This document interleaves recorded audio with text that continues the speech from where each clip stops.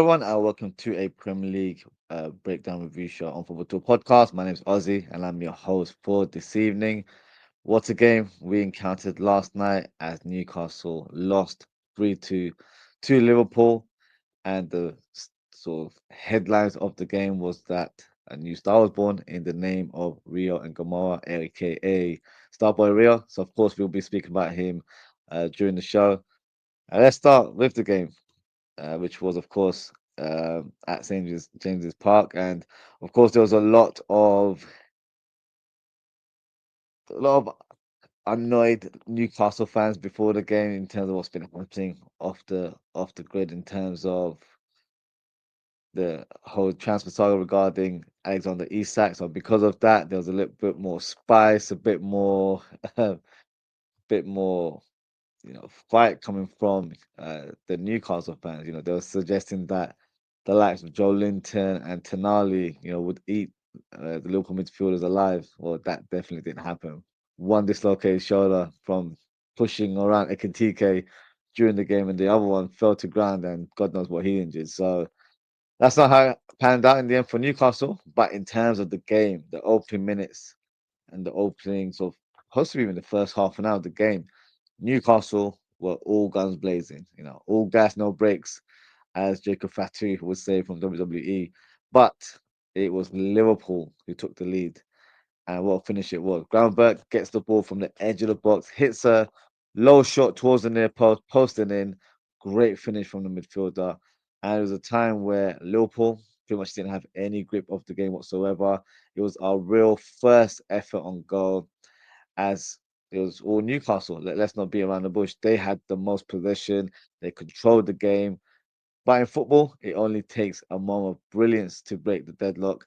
And for all that aggression and hard work, Newcastle unfortunately didn't have nothing to show for it at the time. But Liverpool capitalized and took the lead in the first half. But in the same moment, the game had changed as Anthony Gordon fouled Van Dijk and received a red card. Now, my initial thought when I saw the foul, I thought it was a yellow card. I thought it was a block. But I've been looking at the replays and the different angles. It was quite evident that that was a dirty and reckless challenge from Anthony Gordon. No excuses there. It was a rash challenge. And for me, thoroughly deserved to get sent off during the game.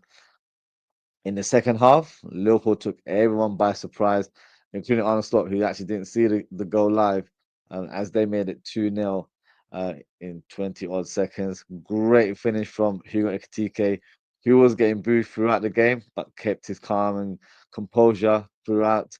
And the goal itself hit the ball with the perfect power, posting in. And after that, it felt like it should have been one-way traffic, or Liverpool should have been cruising at that point.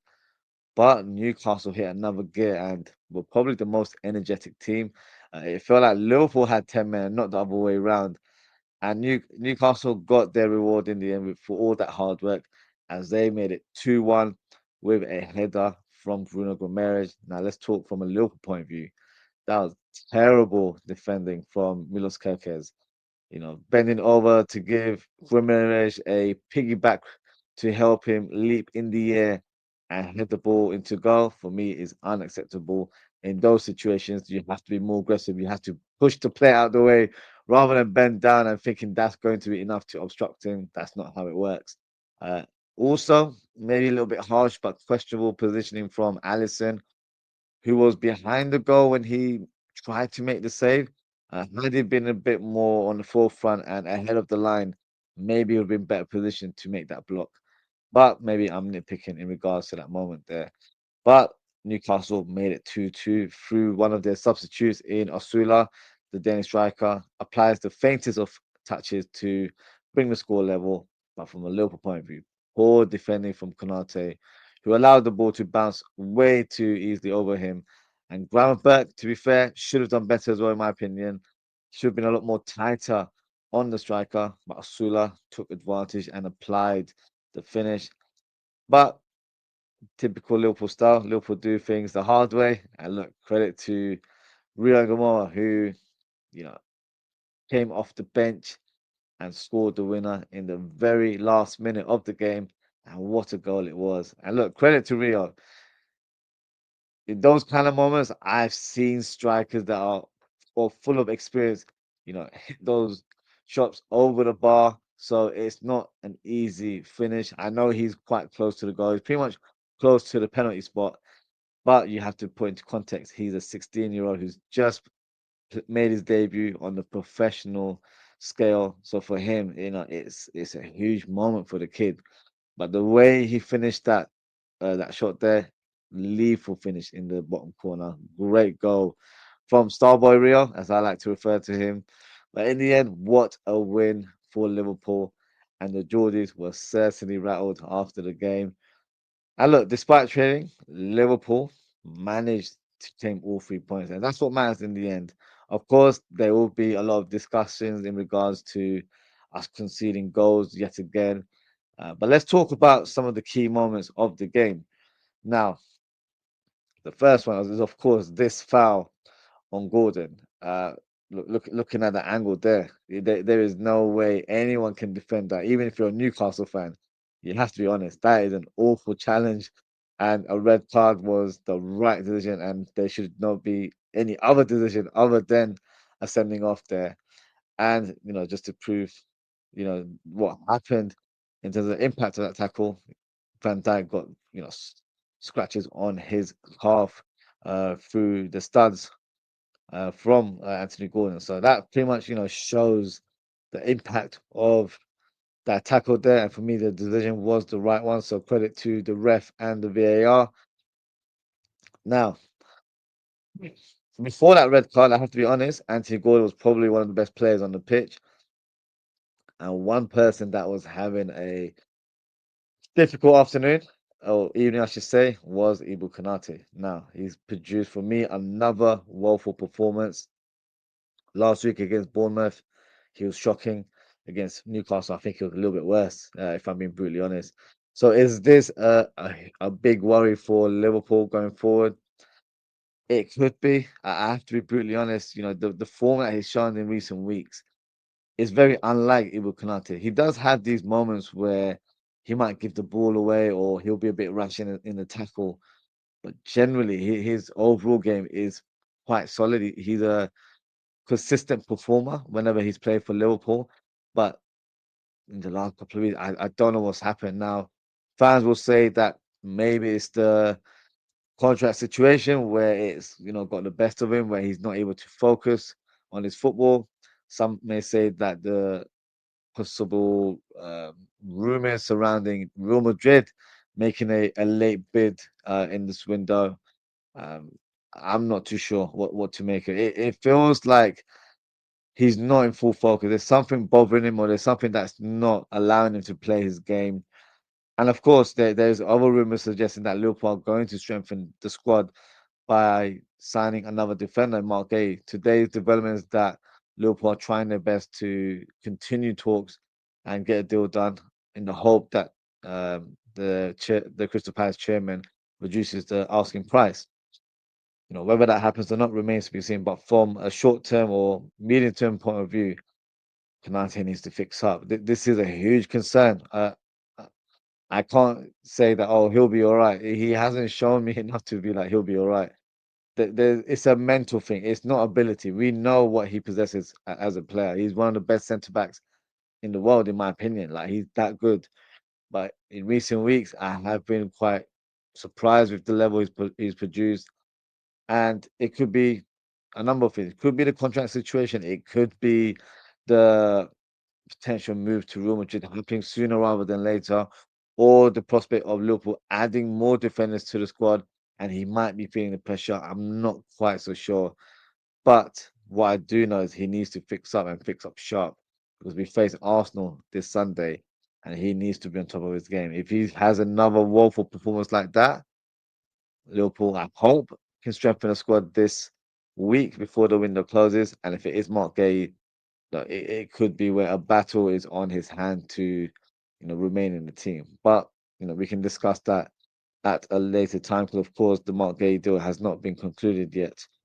And another performance that we have to talk about is Virgil van Dijk. He was immense in this game. He was so dominant from start to beginning, and that was, a true performance from a leader of your team. He was a solid as a rock in that back line, and I'll be frank, he pretty much carried Konate throughout that whole game.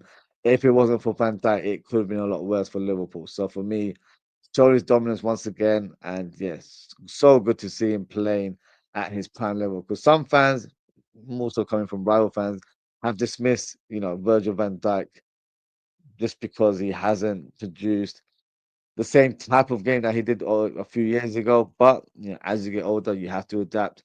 And of course, he suffered a very serious injury a few years ago, so he's had to, adjust his game a little bit. But for me, he's dominant as ever. He doesn't need to, accelerate in certain moments. His reading of the game is 2, 3 steps ahead of anyone else's. So for me, what he brings to the table is exactly what Liverpool need. We've got a leader at the back. We've got someone that is a positive influence on the team and the squad. So for me, he's playing that captain role pretty much perfectly right now. And another person who, for me, really stood out yesterday was Dominic Szoboszlai. He was made as a makeshift right back, which surprised a lot, including myself. I was expecting him to play in the middle of the park and maybe having Curtis Jones playing at right back instead. But in the end, I have to be honest, it was probably the right call for Arne Slot to put Szoboszlai on that right hand side because it was supposed to be a weak area for Liverpool. But I never felt that whilst watching that game. He was so screwed on in terms of what his job was, needed in terms of what he had to bring to the table. He was defensively sound, didn't really get, burnt by any of the wingers. Harvey Barnes was very quiet throughout that game. And then what impressed me the most was his decision making, his passing, his distribution was really good. Uh, Made some overlapping runs at the right time. It wasn't, too, it wasn't attacking in full force. He pretty much was very calculated and knew when to go further up and when to hold back and maintain his position. So for me, a fantastic performance. But not only that, during the game, he had to play a couple of other positions as well. He was in a double pivot for a short period of time and then played as an advanced number 10 as well. So for me, he just had the complete performance. I was probably, before the match winner in Rio and Gomorrah was probably my man of the match. Uh, Van Dijk was pretty much very close to him as well in sort of the pecking order. But for me, he was outstanding. And the winning goal as well, I'll be honest with you, it feels like a very simple thing that he did in terms of, dumbing it and letting the ball go through his legs. But I've seen players take the control on the turn and try and take a shot on goal and not really have the awareness around him. So just because he made it easy doesn't mean it's an easy thing to produce. So I'll give him credit for that as well. So yeah, he was fantastic last night. And we have to speak about Hugo Ekitike. 3 goals in 3 games, and his performance, they get better and better. Like he's really getting accustomed to the way we play. He's getting accustomed to the Premier League. I'll be honest with you, out of all of our new signings, he's the one that has literally surpassed many expectations. I think some of us were thinking, Turkish would do really well because he's a Premier League proven player. But Ekitike, it looks like he's been playing the Premier League for years. That like that's how much confidence he's shown. That's how much, you know, assertiveness in the way he plays right now. So for me, he's a joy to watch, and he gives us something different. He's the complete forward. When I say he's a complete forward, he can do a bit of everything. He's someone that can link up the play very, very well to a high level. He can drop deep. He can attack the channels. He's got a good shot on him. He's not one of those strikers that just laces the ball all the time. He's very precise and very accurate with his shooting. So for me, he's got a great all-round game. His hold-up play is very impressive. I know he's quite tall, but he's more Langley than being, a very physical specimen. So for me, he holds the ball up really well. And yeah, long may it continue in terms of good form. And some fans have even, said it out loud. Do we even need to sign another striker? Do we need to sign Alexander Isak? For me, the answer is yes.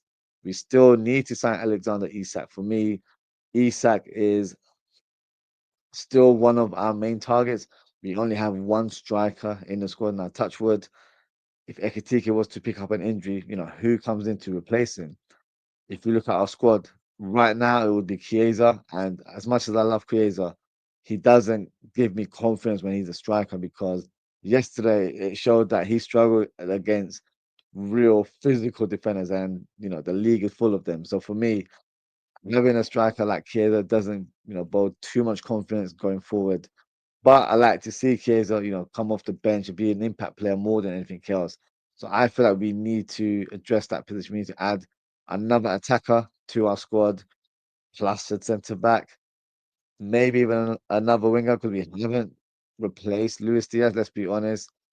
So only time will tell in terms of what business Liverpool do. But we've got just under a week. Next Monday is the deadline day, so 6 days left. So hopefully Liverpool can do some business.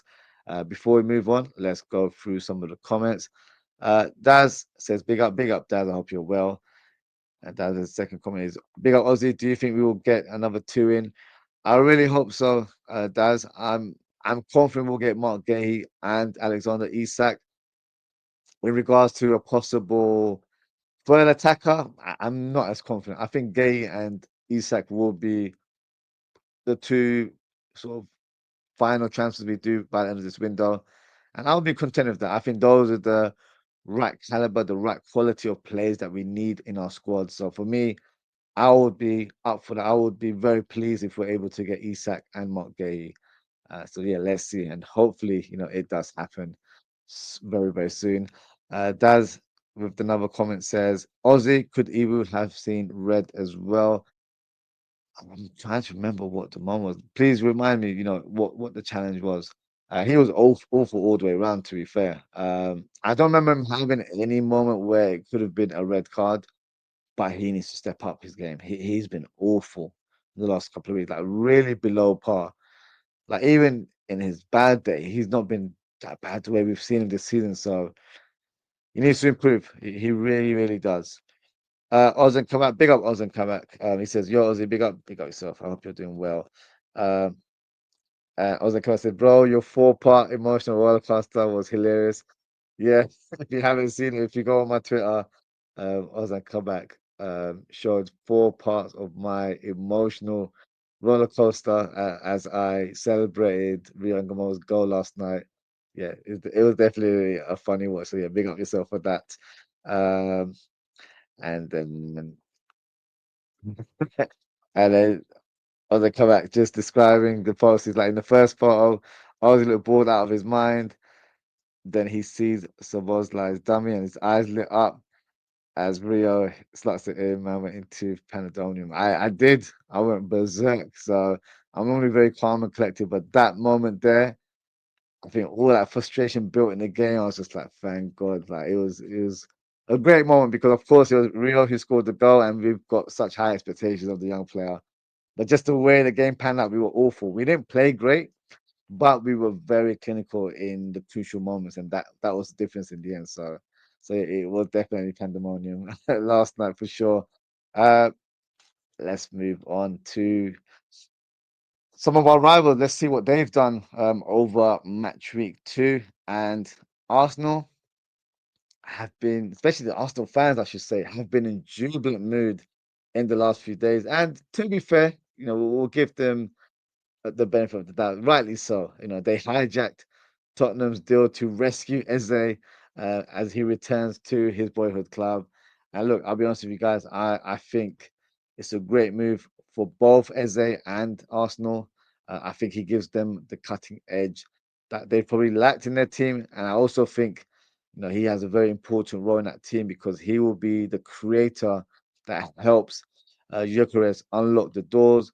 But the Swedish striker is already off the mark as he scored a couple goals in this fixture against Leeds United. The first goal, smart finish as he cuts inside the area and hits the shot towards the near post. Second goal was a penalty, clinical finish from the striker. But in terms of the other goals, Julian Timber scored a brace through set pieces. So no surprise in terms of how the goals were scored. But what was a surprise is that someone in this world made Timber triple captain in the FPL. So that person, I'm pretty sure, is a time traveler because there's no way that was a calculated decision. In terms of the game, Saka also got himself on the score sheet with a thumping right-footed finish, but unfortunately, it's been reported that he could be out for a few weeks. Now, it remains to be seen if there's any truth to that because Arteta's got a bit of a history of telling porkies, about Saka's availability, especially when there's a big game coming up, and they face Liverpool this Sunday. So, is there mind games being played here? I'm not too sure. So, only time will tell if Saka is in fact fit enough for this big game this weekend. But look, overall, Arsenal produced a great win. Uh, but I'll put the Arsenal fans, you know, back to reality a little bit. They're getting a bit too excited regarding Gyökeres. He scored 2 goals against a team that's just been promoted from the Championship. So for Gyökeres, it's basically like him playing for Coventry because he was banging in the goals against teams like Leeds United in the Championship not so long ago. So look, the bigger test will be this Sunday as he faces the champions. Although Liverpool aren't looking at their best, when it comes to being a solid defensive unit. So let's see what happens. I expect there to be a few goals. But yeah, only time will tell in terms of how that game unfolds. Just got a comment here from Oz and Kabak. He says Arsenal fans are already saying that they'll batter us at Anfield Aussie with set pieces. They are the set piece king. We can't deny that. To be honest with you, uh, I don't know if they appreciate that tag, but they are. So they got to play to their strengths to one extent. And Ozzy Kabak says, to be honest, our set piece defending is a bit sus, and I'm kind of worried. I'm worried because of the form that Konate is showing, and I feel like that's impacted the defensive unit. In terms of the set pieces, you're not wrong, because Kirkis for me is a bit of a weak link in that area as well.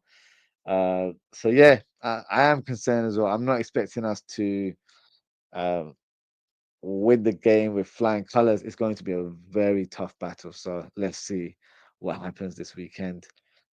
On to the next fixture is Man City versus Tottenham. Now, what a surprising result this was over the weekend as Spurs beat Man City 2 goals to 0 at the Etihad. Trafford made his Man City debut and is definitely one to forget as he was pretty much at fault for both of the goals. Brent Johnson opens the scoreline with a close range finish, a great cross from Richarlison on that right hand side. But having a look at the replay, I thought maybe Trafford should have done a bit better, with the save. He did get a hand onto it, and it wasn't hit with real venom. But maybe I'm being a tad bit harsh for the goalkeeper. But the second goal, I know I'm not being harsh because that was pure calamity there. Trafford takes forever to release the ball.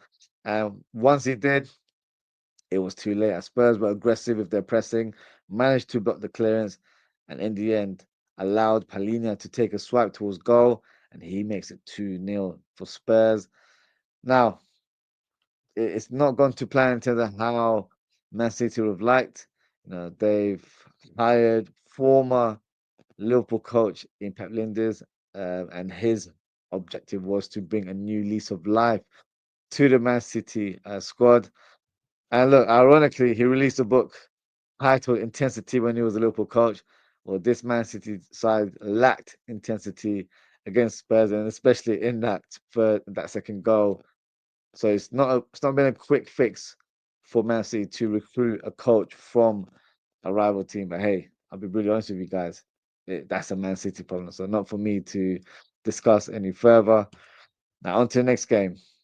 West Ham versus Chelsea. Now, this result was definitely not a surprise as Chelsea dismantled West Ham 5-1. But what was a surprise was the fact that Cole Palmer picked up an injury during warm up, messed up my whole week, as he was in my FPL team. But in terms of the game, Paqueta opens the scoreline with one hell of a shot into the top corner. But after that, it was all Chelsea. Goals coming from Ja Pedro, Neto, Enzo, Caicedo, and then even Chalobah got into the act to seal the victory. And this was all done within an hour. So West Ham fans were vacating the stadium very, very quickly and pretty much missed the last half an hour of the game. In the end, a poor day in the office for West Ham. But Graham Potter's position is already under fire. And I have to be honest, The signs are quite worrying. They've been defensively shocking in the opening couple of games. So it's definitely something that they need to improve on. Uh, but slightly off topic, but the new wonder kid that Chelsea have signed, uh, Estavio, looks like a very special talent. So one to look out for. Chelsea have signed a real special player there. Now on to the next game. Fulham versus Manchester United. One game a week, Manchester United fans told me, but that is not helping them one bit as they can't seem to secure a win so far this season. United normally still points at Craven Cottage, but for the first time in 15 years, they failed to register a win. United could have taken the lead as they were awarded with a penalty. Bruno Fernandes steps up and hits the ball high and over the bar. Rumor is that that ball is still traveling and could land, anytime soon. So just be on the lookout for a flying football just appearing in your back garden or in some shape or form. But in the second half, United take the lead from a corner kick. But I have to be honest, after looking at the replay, I don't think that should have been a goal. Euro clearly pushes Bessie out the way before the ball arrives inside the box. So that's a obvious foul without saying it out loud. But then, even the goal that was scored, he got quite lucky. His header deflected off Muniz and ends up, rolling into the back of the net. So United were very, very lucky with that opening goal. But Fulham respond through a Emil Smith Rowe. Great cross from Iwobi on that left hand side to provide the assist. And 1-1 was the final score. Now, Ruben Amorim has a record of 28 points in 29 games. I'm sorry, but that is absolutely awful. There's no defense for that. I don't care what excuses United fans have. Just because he came halfway through the season doesn't mean you can't notch up more points than the games you've played. Um, I have a feeling that Amrin will be given a free pass, but if he continues to play or lacks any continuation of gaining points this season, uh, so Jim Ratcliffe may end up revoking that pass altogether. And look, United have a lot of work to do. They spent a lot of money this summer. Their new attack cost them around 220, 230 million pounds altogether, and they don't look like a huge improvement as a collective in comparison to last year's attack. So, of course, it's very early days, but the early signs are not good, if I'm being brutally honest. And after that result, United are 16th in the league table, I believe. So, a lot of work to do before they can even talk about a top half finish. But on a side note, it looks like the pursuit to, climb up the table will be done without Kobe Mainoo, who seems to be surplus to requirements, as apparently he's allowed to leave the club. Um, which is, how the mighty have fallen as he was touted as the next big thing since sliced bread. But as always, the United PR and the English media overhyped the young player. And look, don't get me wrong, he's a very talented player. But since Amram has arrived at the club, his career has digressed. So a move away from United makes a lot of sense. And after all, you only have to look at the likes of McTominay, who left United to join Serie A, and he's ended up winning, uh, the league title with Napoli, and even Anthony, his spell at Real Betis last season, he looked like a completely different player. And Rashford has started well at Barcelona as well. So the proof is in the pudding. Get away from Old Trafford as quickly as possible. And that is our review of Liverpool's game, plus, one eye on what the rivals have done this weekend as well. So what we'll do now is we'll present the FPL Manager of the Week. Now, in terms of FPL, it's been a difficult one for most because I'm sure a lot of us had Cole Palmer in the team. But one person who got a great scoreline in the end was Kagla. Kagla is the name, and their team name is called Batard, and they managed to gain 84 points. So well done to Kagla, if that is your name. And the score has helped you move up to fourth in the table. Now, in terms of my performance, as I mentioned before, it was ruined by Cole Palmer. Let's not be around the bush. And I saw my guy at Carnival as well, so that didn't help any further for me as well. But because of that, you know, unfortunately, um, I didn't get the best of scores. I got 50 points on the board, so that means I'm currently 49th in the league. I'm already playing catch up. It's only game week 2. So just like Man United, I have a lot of work to do. So what we'll do now is we'll present the top 10 and we'll see, who's moved up the table, who's taking the top spot right now. So right now, it is Muma. So Muma is number 1 and remains in the top spot with 64 points this week. So well done to Muma.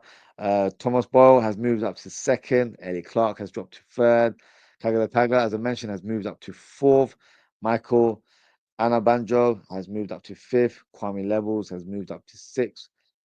Jama Zuhur has moved up to 7th. Musa Safraz has moved to 8th. Adebawale Adedeji has dropped down to 9th place. And Alfian Nalandra with the team name Phoenix is currently in 10th place. So big up to you guys. I hope you're happy with your game week, and I'm probably certain that you've started making plans for this match week coming up as well. So yeah, big up to you guys for your points tally this week.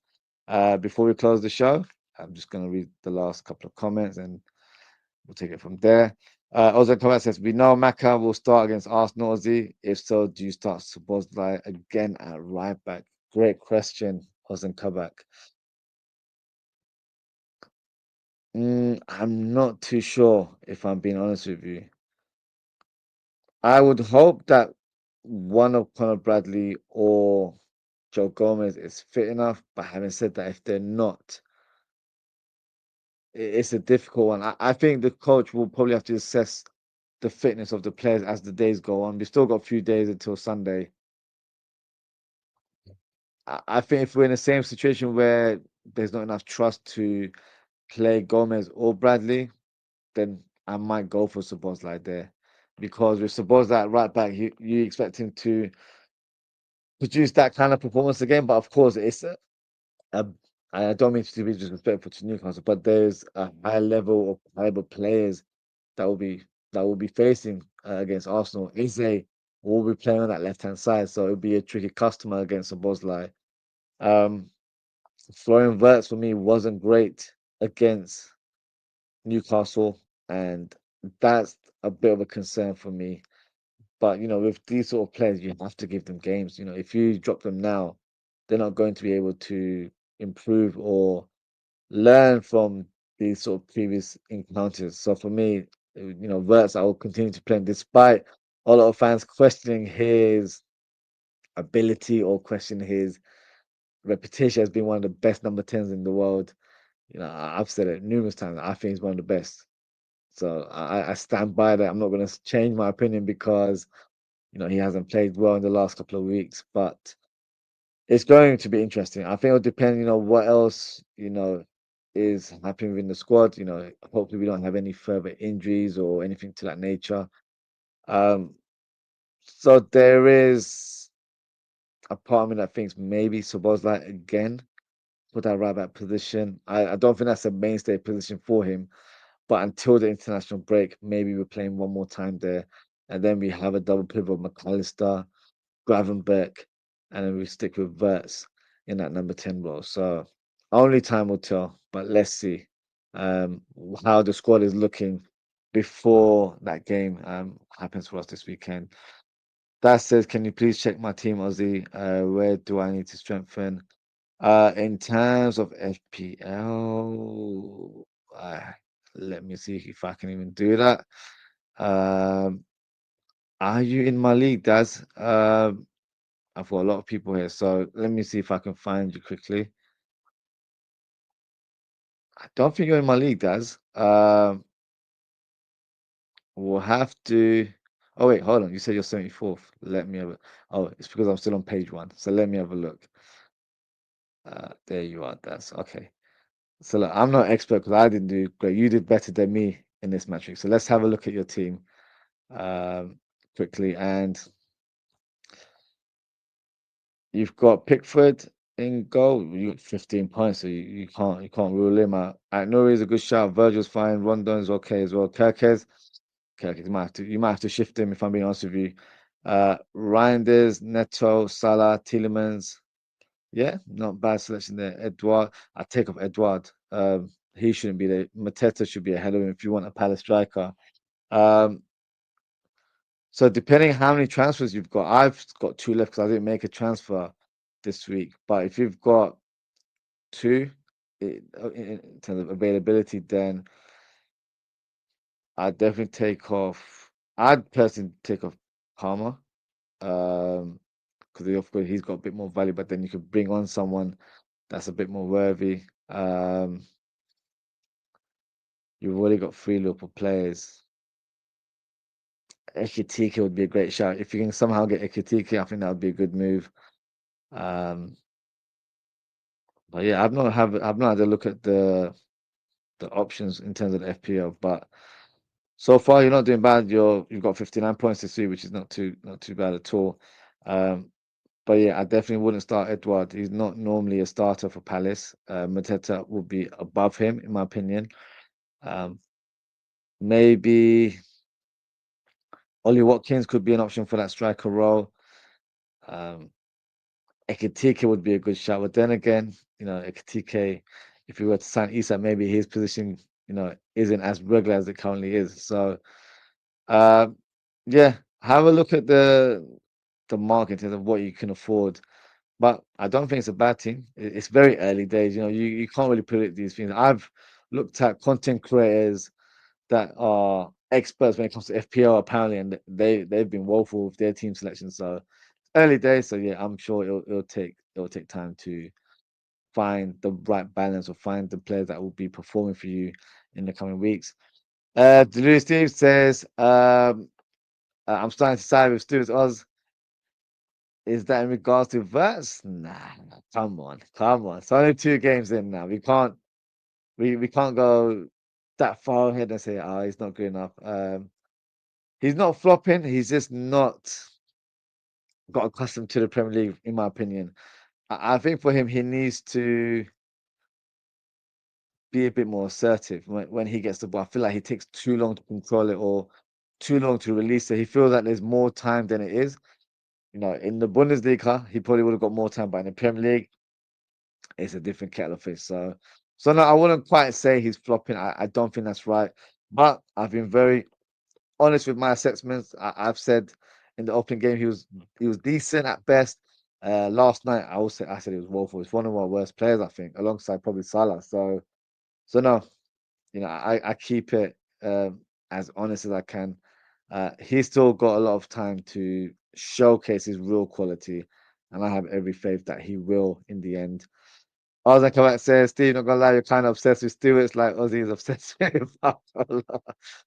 I am a little bit obsessed with Barcola, I can't lie. Dad 74. Yeah, sorry, Dad. I did find you in the end. Um, Ozan Kabak just saying, bro. Either that or you are Stewart's burner. I'm not the I'm not his burner. Uh, but yeah, Stewart does have some interesting points. But yeah, that's it for today, guys. Thank you so much for tuning in. Thank you to Oz and Kabak. Thank you to Daz. And thank you to Louis Steve for your comments as always. If you haven't already, please don't forget to like, comment, share, and subscribe to the channel.